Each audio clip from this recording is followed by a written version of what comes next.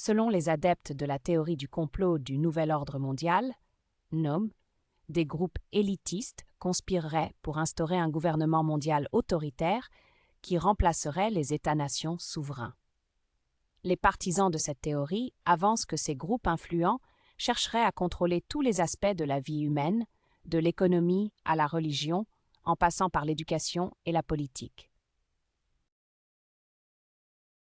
La liste des prétendus instigateurs du NOM varie grandement selon les sources. Parmi les plus couramment cités, on retrouve la Banque mondiale, le Fonds monétaire international, l'ONU, l'Union européenne, le groupe Bilderberg, les Illuminati ou encore la franc-maçonnerie. Ces organisations, selon les adeptes de la théorie, travailleraient de concert, en secret, pour mettre en œuvre leur plan de domination globale.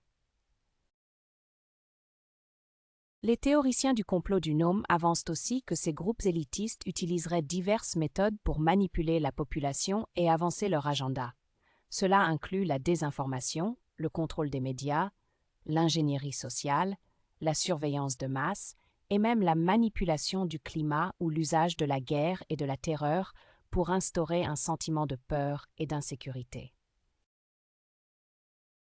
Il faut toutefois noter que cette théorie du complot est largement décriée et critiquée par les experts. Elle est souvent associée à des mouvements d'extrême droite et est considérée par beaucoup comme une manifestation de paranoïa et de xénophobie. Les preuves concrètes à l'appui de cette théorie sont souvent vagues, anecdotiques ou basées sur des interprétations erronées ou trompeuses de faits réels. En conclusion, la théorie du complot du Nouvel Ordre mondial est une idée séduisante pour ceux qui cherchent à donner un sens à un monde de plus en plus complexe et interconnecté.